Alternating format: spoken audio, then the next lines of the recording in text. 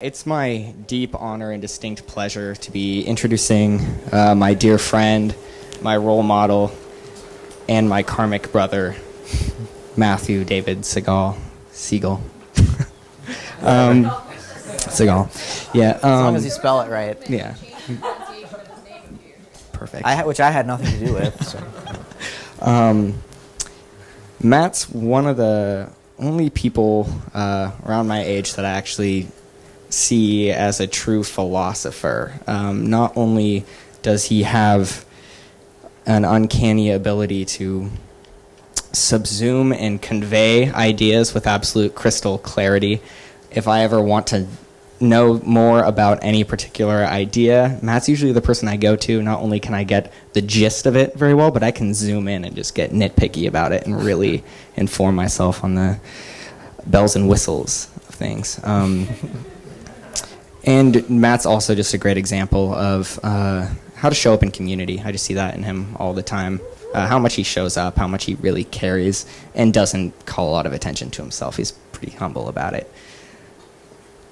And as many of you know, and some of you may not know, he blogs regularly at footnotes2plato.com. I highly recommend checking it out. You'll learn something new and probably think some brand new thoughts, which is really saying something. So without further ado, Matt Segall.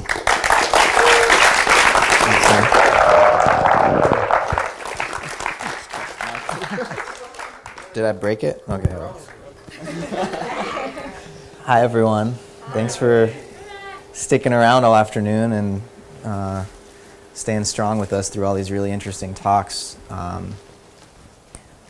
kind of wish I could have gone later in the week, because I've just noticed in the last 2 days how much all the other talks, starting with Rick's and then Theo's and Jahan's and Travis's and Jessica's, are setting the ground for a lot of what I want to say, so my task is a lot easier than it would have been. And I imagine if I had waited till Thursday to go, it would have been even easier. It's really fascinating and humbling to see how much we're all on the same page, and hopefully I'll try to point out the resonances as I go along here with everyone else's presentations. So the title here is Evolutionary Panpsychism, or Eliminative Materialism. And this title comes from the chapter of the title of a chapter in a book by a philosopher and media theorist named Stephen Shaviro, and he's part of this philosophical movement, you could call it, that just emerged in the last several years called speculative realism, and he's sort of throwing Whitehead's hat into the arena of discussion. Speculative realism is a very diverse community of thinkers. I'll explain what they share in a minute, but Shaviro's really carrying the Whiteheadian torch and saying that we need to pay attention to this man's ideas. He was ahead of his time, and he can help us imagine the way forward into a more ecological civilization. The subtitle then is Towards an Anthrodecentric Philosophy of Nature. And so this word anthrodecentrism has to do with getting over anthropocentrism, decentering the human. And that's really where all of the speculative realists, whether it's Shaviro and others that I'll mention and get into more as this talk goes along, like Graham Harman and Ray Brazier, Ian Hamilton Grant, they all want to decenter the human.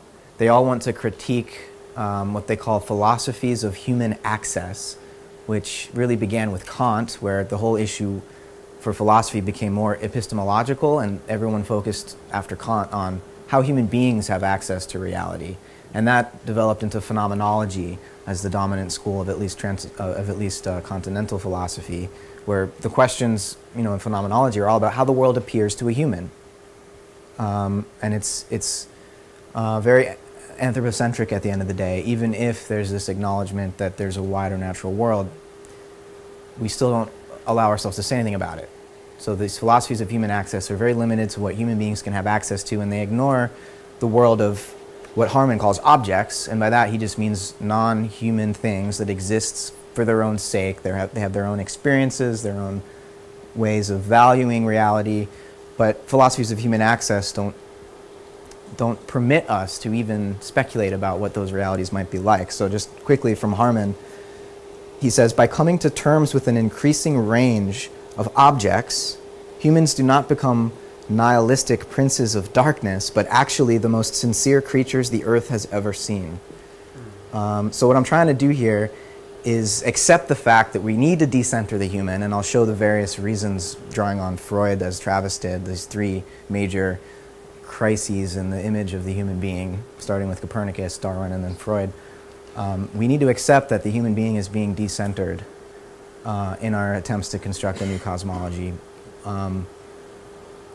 So I think Whitehead provides us, and panpsychism more generally provides us with a great way of doing that, and at the same time avoiding nihilism or a kind of eliminative materialism.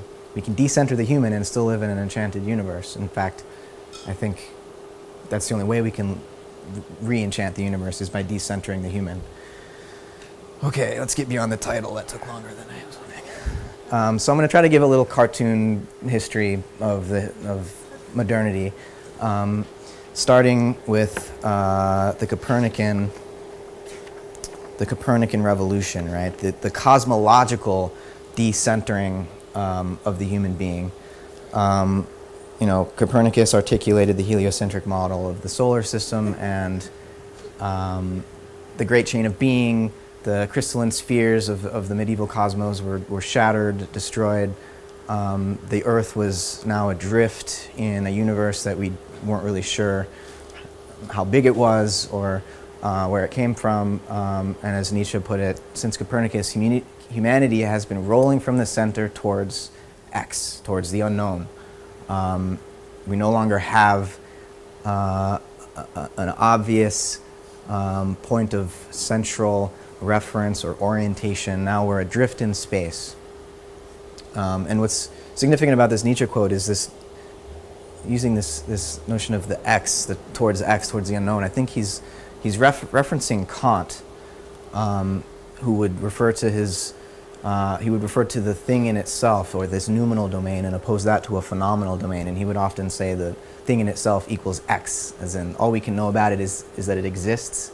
We can't say anything more about it than that it exists, than that there is this realm beyond what human beings can know and access. And I'm calling Kant, I'm referring to his achievement as a kind of an interval that preserved for a time, or protected, he achieved a sort of compromise that allowed the human being to remain at the center. Usually, Kant referred to his own philosophical accomplishment as a Copernican revolution in philosophy, in that, if Copernicus decentered the Earth and by proxy the human, Kant, in a way, tried to recenter the human by making, the objects that we think are out there, making it clear that actually the way those objects appear is determined by our subjectivity. So he recentered the subject after the decentering of Copernicus. So I'm not sure that we should call Kant's revolution a Copernican revolution. It's more of a Ptolemaic reaction. It's an attempt to preserve human centrality on a metaphysical plane, even if, in terms of the physical universe, it's clear we're not at the center anymore. So this is the Kantian interval, in the way that we talk about a petroleum interval. It's like it's an attempt to compromise, to buy some time. New things become possible, but it's not going to last, right? Because this guy, Darwin, came after Kant and revealed this story of biological evolution. Now, Kant famously said that there would never be a Newton of the grass blade. In other words, there would never be a mechanistic explanation for life in the way that Newton and the other originators of the scientific revolution were able to account for the physical world in terms of these mechanisms, these mathematical formulas. Kant didn't think we could do the same thing with life, with living organisms. And many people suggest that, well, if Kant had lived another 50 years or so, he would have had to admit that Darwin, in fact, came up with this explanation based on Newtonian principles, mechanistic, purposeless principles that explained how life, as it appears before us, differentiated into all these various species that seem to fit in a purposeful way into their environments. And in fact, there's a mechanism that can account for how that could all happen in a blind way. That's the story, at least, of this further decentering of the human, rather than being the crown of creation, where a twig at the edge of this huge bush of evolutionary creativity. And notice these various mass extinction events, right? Cambrian explosion 600 million years ago, and then mass extinction, mass extinction, mass extinction, 5 mass extinctions. And now, we're on this outer rim here. So this is the center here is the 4 billion years ago, the origin of life roughly, and then moving along in both directions here, right? So that it's not just unilinear sort of progression. Bacteria emerge first, and then it branches out into all this diversity, more like a bush than a linear tree or something. So human beings, we're over here. Many of the other species of, you see this? Many of the other species went extinct of our Homo genus, right? So we survived. But now there's another mass extinction happening. So this thing that Kant tried to argue for, that the mind provides the sort of transcendental condition for how nature can appear to us, that starts to seem a little silly, putting mind first and nature is just an appearance to mind. It starts to seem a little silly when you recognize this vast evolutionary history, and that in fact nature has priority over mind. The human mind emerged out of nature billions of years after life began, so this whole Kantian compromise doesn't seem to work anymore after Darwin. And then of course the final nail in the coffin of anthropocentrism is Freud, who doesn't seem to want to stay on the screen very long, who revealed that, if Copernicus decentered us in the cosmos and Darwin decentered us on the earth and in the biosphere, Freud decentered us within our own psyche. The ego was no longer the master of its own house. Civilization, Freud said, is the result of a primal trauma, and that we've repressed that trauma, and all of our rationality is an attempt to ultimately repress our primal libidinal instincts, and that there is no ultimate healing from that unless we want to become animals again. So there was no, for Freud, there was no expression of libido that could be civilized in a way that would make room for, genuine, alienated, non-narcissistic,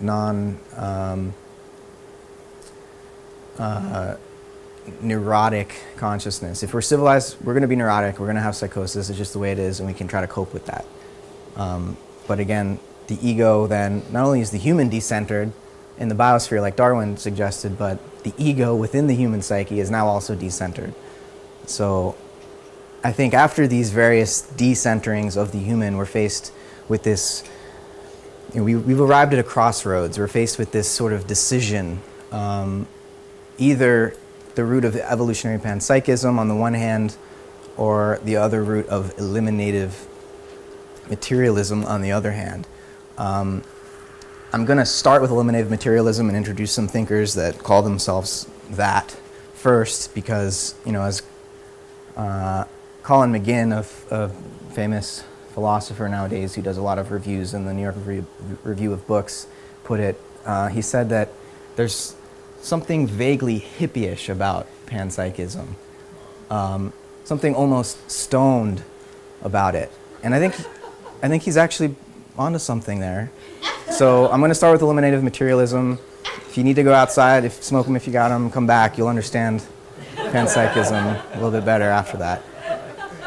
So this crossroads is important, right? What philosophy, what worldview we choose to articulate, this anthrodecentric future that we cannot escape, is important because, as Whitehead says, a philosophical outlook is the very foundation of thought and of life. The sort of ideas we attend to and the sort of ideas which we push into the negligible background govern our hopes, our fears, our control of behavior. As we think, we live. As we think, we live. This is why the assemblage of philosophic ideas is more than a specialist study. It molds our very type of civilization.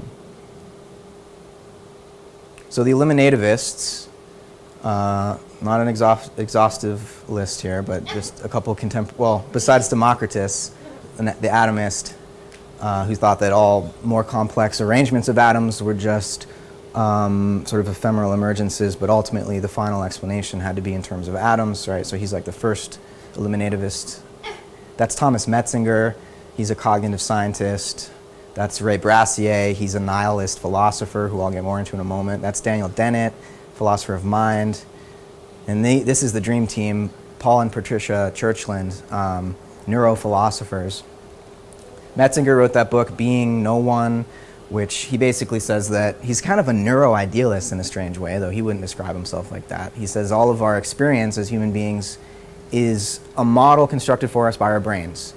All of our experience of the outside world is a model constructed by the brain, and our experience of ourselves, self-consciousness, is just a model of the model.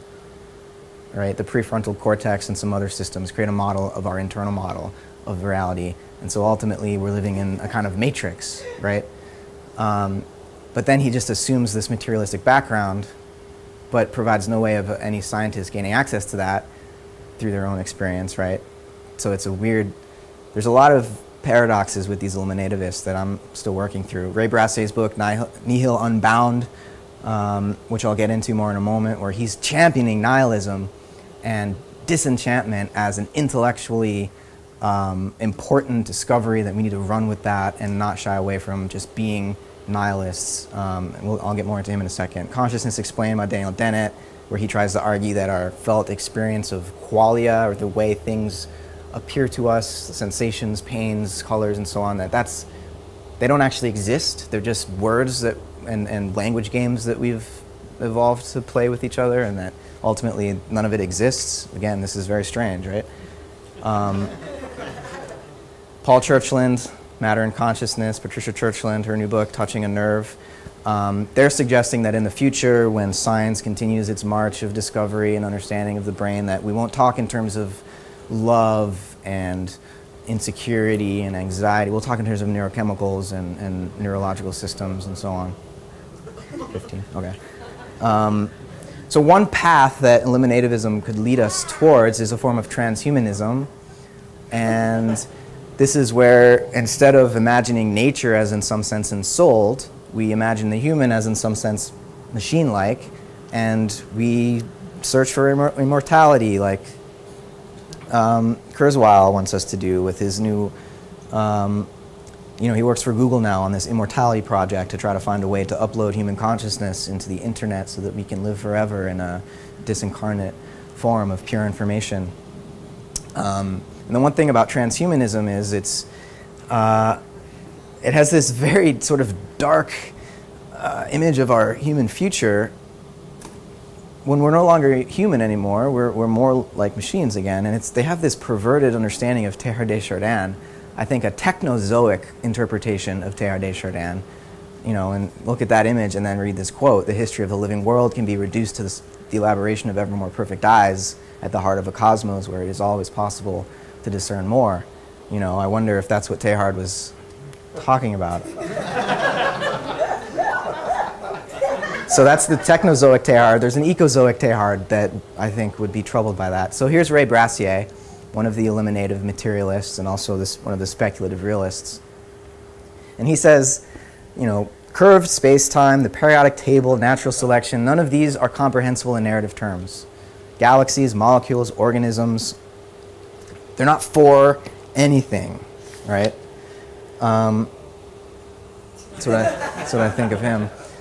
And then he says, the disenchantment of the world is a necessary consequence of the coruscating potency, the brilliant potency of reason, and hence an invigorating vector of intellectual discovery rather than a calamitous diminishment. Uh-oh. Keynote quit unexpectedly. We cannot rely on technology, people. The transhumanism ideas. Download yourself onto this computer, and then it crashes, and you're erased.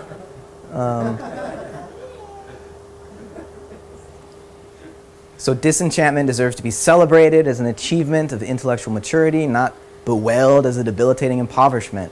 Reality is indifferent to our existence and oblivious to the values and meanings which we would drape over it in order to make it more hospitable. Philosophy should be more than a sop to the pathetic twinge of human self-esteem. Thinking has interests that do not coincide with those of living. Thinking has interests that do not coincide with those of living. Brazier articulates what he calls a logic of extinction, and he relates this to our knowledge of biological evolution. 99 or 97, somewhere in between there, percent of species that have ever existed have gone extinct. Human beings will go, even if we have this great flowering of an integral culture and an ecozoic, we're going to go extinct eventually.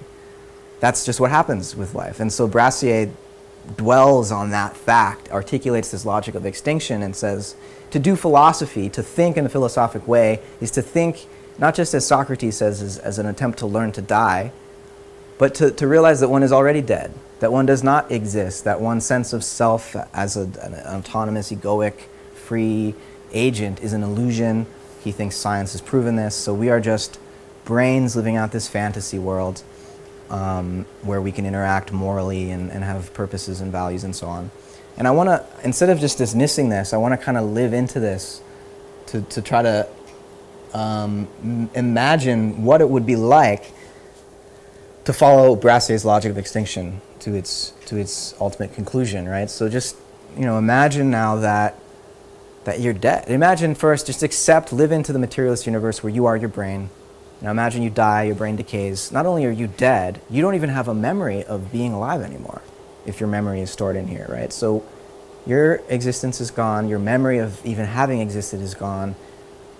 What happens then? What happens when you blow out the candle of that egoic self-consciousness? I think we actually end up in a rather, this is a Alex Gray painting, a rather panpsychist universe if we fully live into that eliminativist logic of blowing out our ego candle, because as soon as we blow out that candle, we dim the brightness of our own solar modern consciousness and begin to see the candle lights of all the other creatures all around us shining towards us.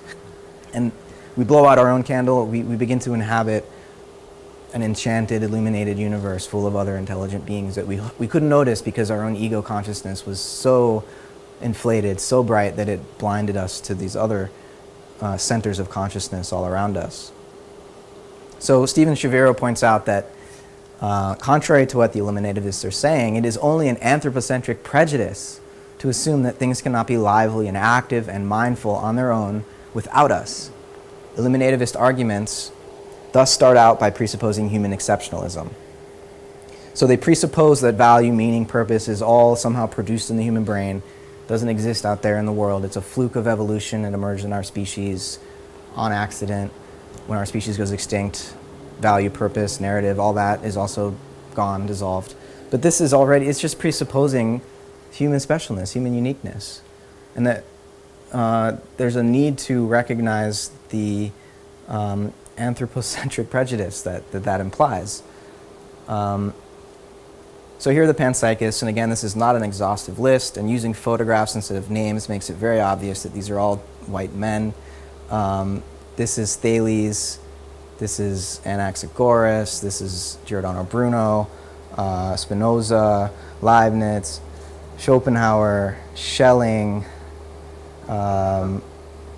that's Haeckel, Ernst Haeckel, the German biologist, that's Fechner, that's Henri Bergson, that's William James, Teilhard de Chardin, and then contemporary panpsychists, that's Galen Strawson. David Skirbina wrote a book on the history of panpsychism, Panpsychism in the West. He also happens to have a long correspondence with the Unabomber, talking about the effects of technology on society. Really interesting guy. Freya Matthews, Christoph Koch, who worked with Francis Crick, initially starting this research project in the 90s to explain consciousness in a reductive way as a product of neural interaction. They eventually came to realize that they couldn't explain it that way. Christoph Koch became a panpsychist, and in the papers he was writing at the very end of his life, Francis Crick started to think of the brain as a radio receiver. So interesting that neuroscientific research would lead them to a sort of panpsychic perspective. Rupert Sheldrake, Isabel Stengers, a Whiteheadian panpsychist, and Graham Harman, who I quoted at the beginning. Left off that list, of course, Alfred North Whitehead. Unlike Brazier, who severed the connection between life and thought, Brazier said, again, that thinking has interests that do not coincide with the interests of life. Whitehead disagrees. For Whitehead, value, purpose, meaning are intrinsic to the universe. We have no right, he says, to deface the value experience, which is the very essence of the universe. Existence in its own nature is the upholding of value intensity. He goes on to say, the key notion from which the construction of a cosmology should start is that the energetic activity considered in physics is the emotional intensity entertained in life. So there's a continuity between physics and life. Physical energy is pulsation of emotion, of feeling. There's no gap between the merely physical, objective, inert world and the subjective, phenomenological life world that we live in. Neither physical nature nor life can be understood unless we fuse them together as essential factors in the composition of really real things, whose interconnections and individual characters constitute the universe. Biology is the study of the larger organisms, whereas physics is the study of the smaller organisms. So then instead of physics being the most general science, ecology becomes the most general science, because even subatomic particles, atoms, molecules, galaxies are organisms evolving in ecosystems, forming symbiotic relationships, and then outside the relationships of those organisms, there's nothing. Whitehead wants to understand physical law, as Jahan was saying, being more like habit that emerges from the interaction of these individual organisms. The laws aren't imposed from the outside, they emerge from the dynamics and the decisions that those organisms themselves make.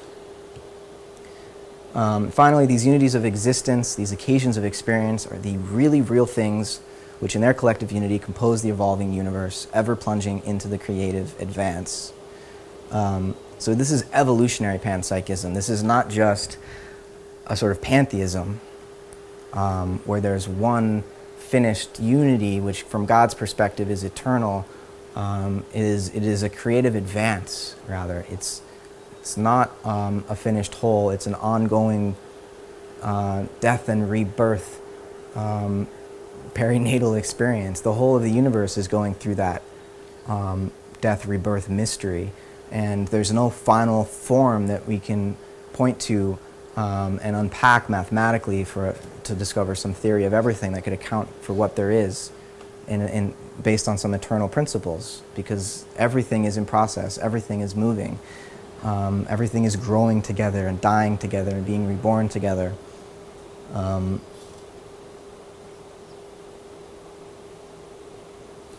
And in that context, then, the problem of evolution is the development of enduring harmonies, of enduring shapes of value, which merge into higher attainments of things beyond themselves. Aesthetic attainment is interwoven into the texture of realization. So the last thing I want to say is about that last sentence there. Aesthetic attainment is interwoven into the texture of realization. Instead of that classical dichotomy between appearance and reality, in Whitehead's panpsychic evolutionary universe, appearance and reality are not diametrically opposed. As Brazier was saying in one of the earlier slides, he was saying that human beings drape purpose and value and meaning on the outside world like a thin veneer or a veil. It's a mere appearance, in other words. For Whitehead, appearance is reality. Aesthetic attainment is interwoven in the texture of realization, right? So the faintest puff of existence in far-off empty space, he says, is already the realization of some value, of some intensity of feeling that has a purpose and a meaning in itself. And that initial puff of existence then ramifies and evolves and develops into more complex forms of value and meaning and purpose. But there's no such thing as existence without value for Whitehead. So the panpsychist wager, the panpsychist speculation, is very different than the Eliminative Materialist wager, which suggests in a very anthropocentric way that all meaning and purpose is produced in the skull somehow. I haven't ever seen an explanation for how that's done exactly, but that's what they claim. So I'm done. I think I have a few minutes for conversation. Thanks.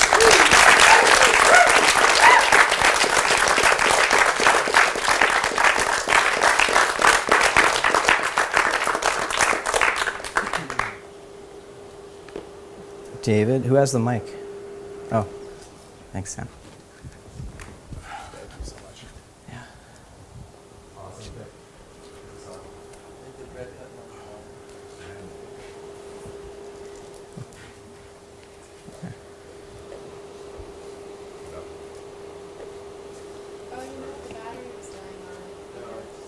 Working? Oh, there we go. Okay.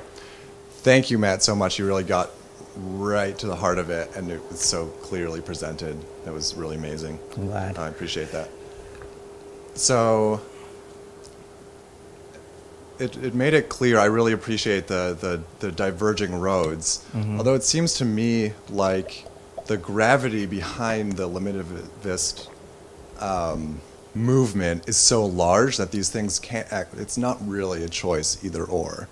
So I guess my question is, how do we bring these together? Or do you have, what are your thoughts on that? And presuming we can't just use breath work on everyone. But yeah, just like what have you thought about the framework for bringing these into dialogue and for a coexistence? I think I have more of an interest in dialoguing with the really hardcore nihilists like Brazier than I do with people like Ray Kurzweil and the transhumanists, because they're not nihilists. They're buying into a myth, a religion. It's just techno-capitalist progress, the myth of progress. They're totally on board with that idea.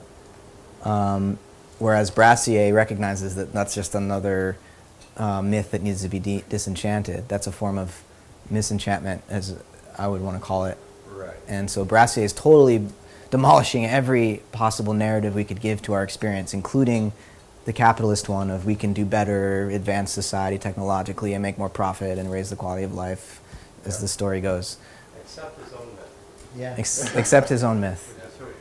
Heroic. Identified with the heroic Yeah. confrontation with total valuelessness. He's the one person Right.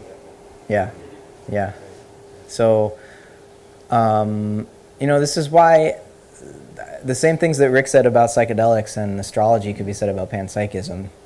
The modern mind is afraid of losing its sole source of agency and recognizing the agency of all these other beings. Democracy is messy, and to spiritualize, to recognize the spiritual value and democratize the spirituality to all creatures is, we have a lot of work ahead of us to accomplish that. It's dangerous. Yeah. So it's a lot of work. I don't have any quick solutions Cool. to that. Thanks. I think maybe if we go till 5, we'll still have time for the video, right? I think so. Okay. Is it okay? Yeah, Amal. Yeah, thank you. I really loved that. And also, just related to what David said, this idea of there was kind of this fork in the road, and how he was talking about this gravity behind it. Mm-hmm. You brought it up yourself. I feel like a lot of the gravity behind it is just the socioeconomic thrust of history during that course of time, the Industrial Revolution, and the way that we always talk about it in a way that we were able to dominate matter in a way we never were able to before. Mm-hmm. But the other side of that is we, multiplied the lifespan of the average human being, and we produced tremendous revolution, the likes of which human history has never known, of unbelievable abundance. Of course, there's a gigantic shadow side to that as well, which is becoming larger and larger and larger every single year, to the point where we're just accelerating off the edge of a cliff. And so I'm wondering how much of this paradigmatic shift that has to happen in human consciousness has to do with the way that the socioeconomics of this is also just heading off a cliff. What's the dialectic there? I don't know. I mean, a couple of things came to mind. Like, you talked about the way we've been dominating matter, and I thought something I didn't get to go into with the slide of all the white male panpsychists was that what I've come to realize is that part of this paradigm shift is having to do with moving away from patriarchy into a re-embracing of the goddess archetype and the goddess herself as a real ontological presence that we lost with the rise of patriarchy, and that panpsychism is kind of what happens when white men have their ego shattered by the all-encompassing goddess. Like, that's what white men do when that happens to them. They become panpsychists.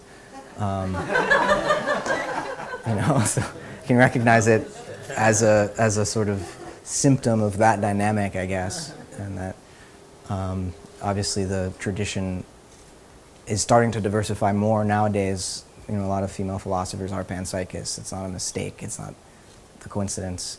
So a lot of it has to do with,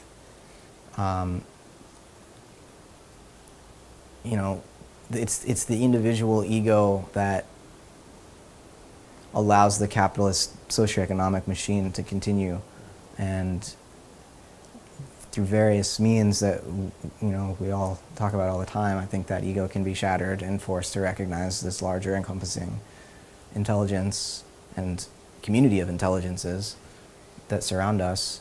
I think that's part of what needs to happen. Thank you. Okay. Thank you, Matt. That was a great presentation. I really agree with you that in terms of panpsychism, that it's a sound foundation, and I believe that we need to extend the spiritual dignity to all beings, and including the earth and further outside of the earth. Yeah. I guess I was curious. I want to push back a little bit, and that for me, I see an inherent conflict with some versions of panpsychism, and that in saying that all mind, all matter has mind, yet life, it took 10 billion years for life to emerge, and then mind came out of that. That's to me, it seems like that's saying that the first 10 billion years was mindless, essentially. Mm-hmm. So I was wondering if you could speak to that, and maybe just what your thoughts are on that. Yeah, I think there's a shift we have to do in terms of how we understand emergence, the emergence of life, the emergence of mind, in a panpsychic cosmology. Emergence doesn't mean the emergence of totally ontologically novel capacities.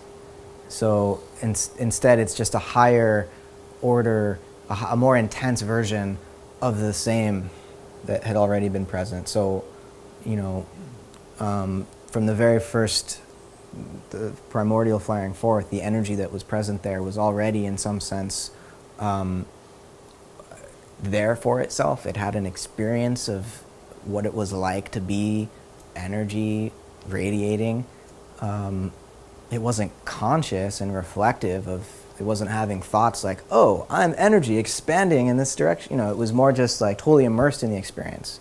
I think one of the things that we have to do to understand panpsychism is really get to the sort of through a process of alchemical distillation, boil down human consciousness, which is a very complex form of experience, to its more fundamental levels, so that we're just dealing with very rudimentary and, for that reason, kind of vague and indistinct emotional vectors that are constantly flowing into us, and recognize things like mood, the atmosphere, the emotional atmosphere that pervades our experience. And sort of, one aspect of decentering the human ego is recognizing that the vast majority of our daily and nightly experience, obviously, is not conscious, and there are non-conscious forms of experience.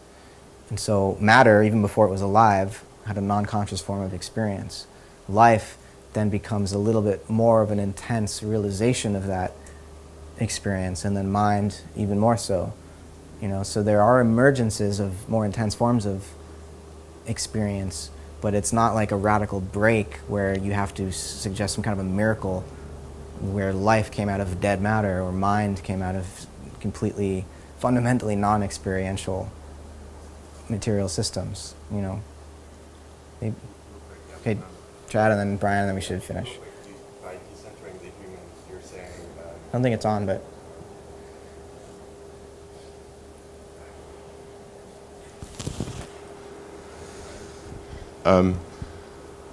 By decentering the human, you're basically saying panpsychism kind of like decenters the human. In that sense, that's basically the impulse. Yeah. Okay. Yeah. Okay. I have a giant pushback question. Cool. But it's gonna take us 15 minutes or more to discuss it. So. Do you want to just ask the question and we can talk about it later so everyone knows what the challenge is? The archetypal astrological perspective does the opposite. It recenters the human being in a meaningful place in the cosmos. And we discuss in the radical mythospeculation classes the power of the self-reflective consciousness that we have is reshaping the landscape of the planet. And we have to negotiate that. And the eliminative materialism is the direction it's heading, right? But the archetypal astrological actually recenters us in a meaningful way, but actually empowers us and gives us an intense amount of responsibility to actually steward in some way, not utilitarianly steward, but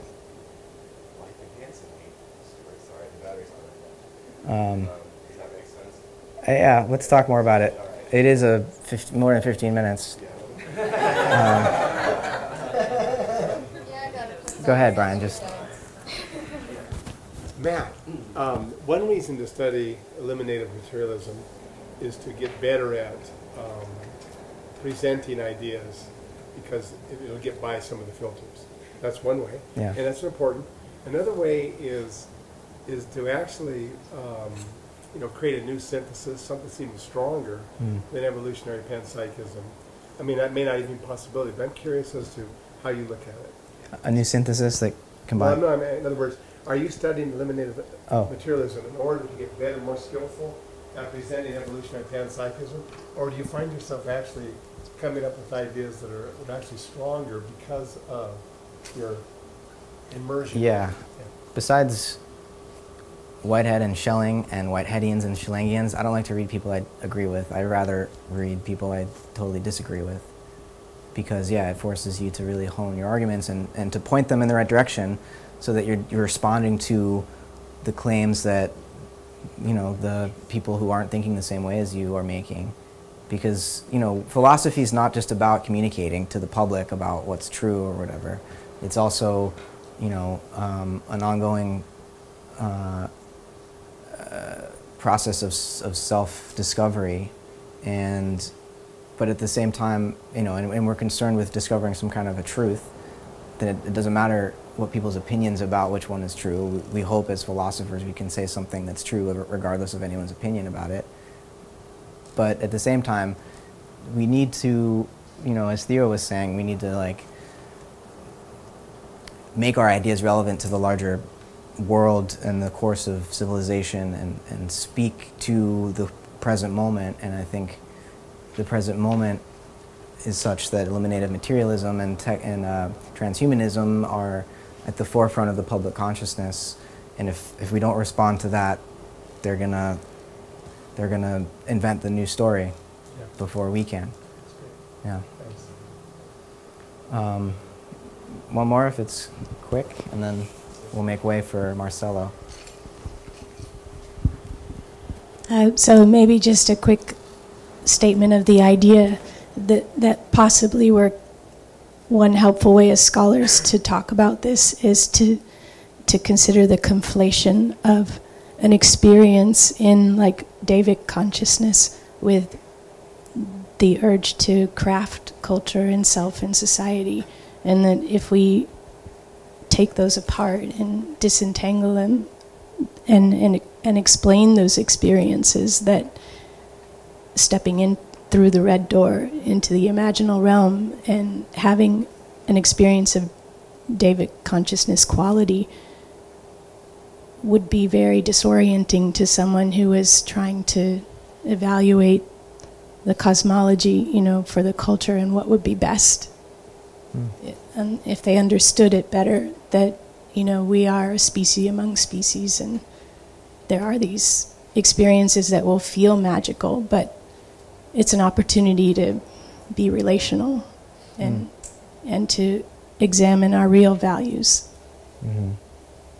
Yeah, I agree with that. All right, more conversation can be had later, but I'm going to call it quits. Thanks.